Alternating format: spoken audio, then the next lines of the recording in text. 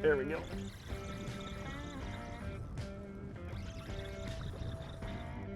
We got one there. I haven't seen him yet. I don't know what he's doing. He's digging.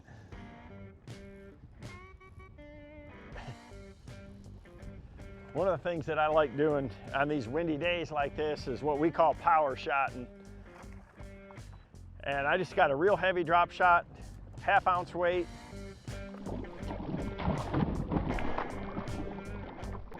We got spot locked here a second. Got a 1/2 ounce weight on there, and I just, run these breaks, just bombing out in front of the boat, trying to cover water to find areas where these fish are at. There's a lot of these deeper flats that they get on. Yep, there we go, nice one. You can see right there, I've got just a little mustad grip pin, a number 2 on there, and that is one of my favorite all-time drop shot baits. It's a Dream Shot, that chartreuse glimmer blue or sexy shad color. It's just real visible. When you're trying to cover a lot of water, we got a lot of wind today, it's perfect. You got something that they can see, and they'll react to it pretty quick. I've got that fast fall on that 1/2 ounce weight, and they'll just react to it. So now I can slow down on this stretch. I've been covering water, looking for a stretch that's got some on it. Got my first bite. That's a good one.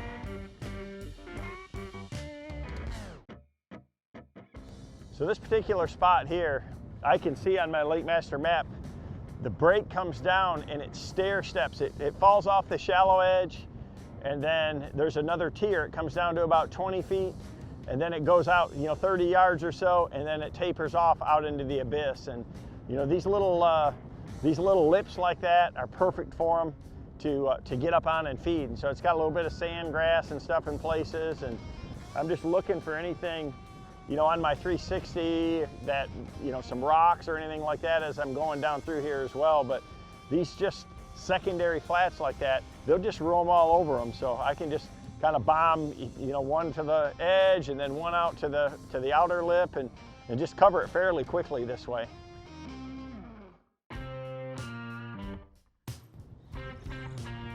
Oh, I thought that was him. It was. It was. Oh gosh.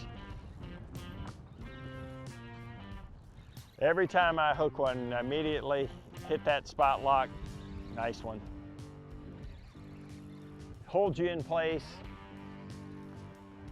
I'm just on a big flat right here. I caught my first one back there, slowed down just, oh, here he comes. Woo! He is a jumper.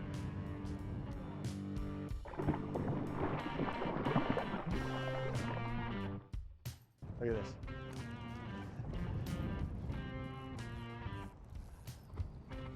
I like a long rod when I'm drop shotting like this. When you're covering a lot of water, you're out here in open water. I want a 7.4, 7.6, a long rod. Just make a long cast. It just gives you a lot of control over these fish. Using a fluorocarbon leader with an FG knot to 8-pound maiden braid. Not a giant, but gosh, they're strong. There we go. That little mustad, I love this little grip pin edge hook. You can see he threw my Dream Shot, but that grip pin edge hook right there, I thread that Dream Shot on there. Just nose hooking with a little hook. A lot of times they'll pull your bait off. You just don't miss many when you've got that little hook right there threaded down it, just like you would a swim bait. Just a deadly little rig. Anytime I'm smallmouth fishing, that's what I like. Good solid fish.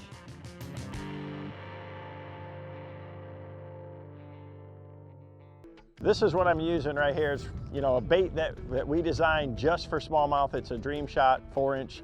This is a chartreuse glimmer. I like a lot of different colors, but on a day like today where you got a lot of wind and I want some visibility, this is one they can see from a long ways away. It's got that glimmer blue, but it's got a chartreuse belly. So nice sunny day, they can see it from far. And again, I'm just that little number 2 drop shot hook. Just thread that on there so she's straight. And it's got a little barb keeper on the top. Just slide that over that barb, and it just makes that worm swim straight in the water. When it's falling, you know, I like to let it fall with a little tension on the line. I'll cast it out there, slack line it, and then let it fall that last little bit. We just bomb it around, and those fish they can't handle it. So we just cast it out there like that, let it sink part way down, then I tighten it up, let it fall all the way to the rest of the bottom. And a lot of them got it, you know, on that initial drop. You know, that one right there, I actually shook it a couple times, and I felt him just, you know, go into it and get it. So you never know exactly how they'll want it on any given day, but most of those bites are gonna be on that initial fall, and you know, 1 or 2 shakes right after that. Then I just typically just reel it in and make another cast. When we're covering a lot of water and looking for them, if they don't hit it in the first couple of jigs, some grass there, they're not going to have it. So it's critical. That way it allows me to cover water. This is a technique that I can fish, you know, 30, 40, 50 feet deep and still be very efficient and cover a ton of water and do it fairly quickly, just like you would with a crankbait or something else like that. So in this clearer water like this, they'll see that drop shot from a ways away, and they'll come and bite it. It's important, you know, to use your electronics when you're fishing like this, but the sun is a big deal too. You know, I can see these transitions with a good pair of sunglasses. You know, I like these Oakley prism lenses and their shallow water prism. It really helps me see the light to dark transition, and also, you know, any little weed clumps or anything like that that might hold a fish out in front of the boat. So I'm looking at my 360 mega imaging, I'm following the Lake Master mapping, and I'm using my eyes all to, you know, to hone in on a lot of these good edges. This is just a really big flat, and this one tapers out. You know, it's real shallow inside of us, and it just slowly goes out, and there's different individual rock lines. And these fish, I mean, they can be up on the shallower edge, they can be anywhere to the deep edge. When you got the wind blowing like this with the current, it's just a matter, all I'm doing is making one cast in, one cast out, just trying to find a depth zone where these fish are at. So that last bite was in about 27 foot of water, and you know, that's something I'm gonna, you know, key in on, but I'm still gonna look a little deep and a little shallow. You just have to keep covering all the zones and let the fish tell you where they're at.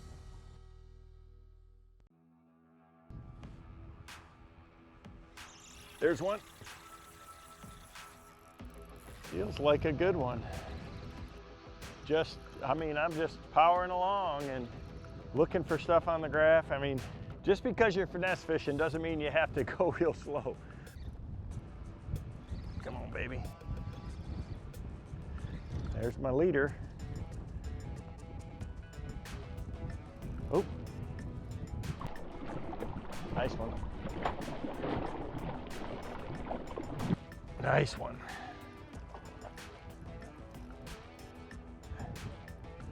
Yeah.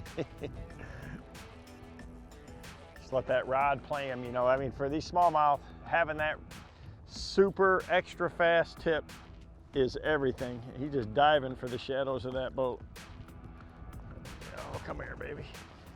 Come here, baby.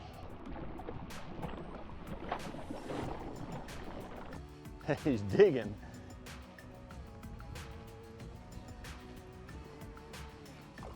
Oh, come on.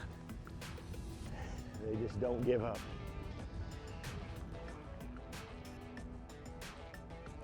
Oh, got it. There's a good one there.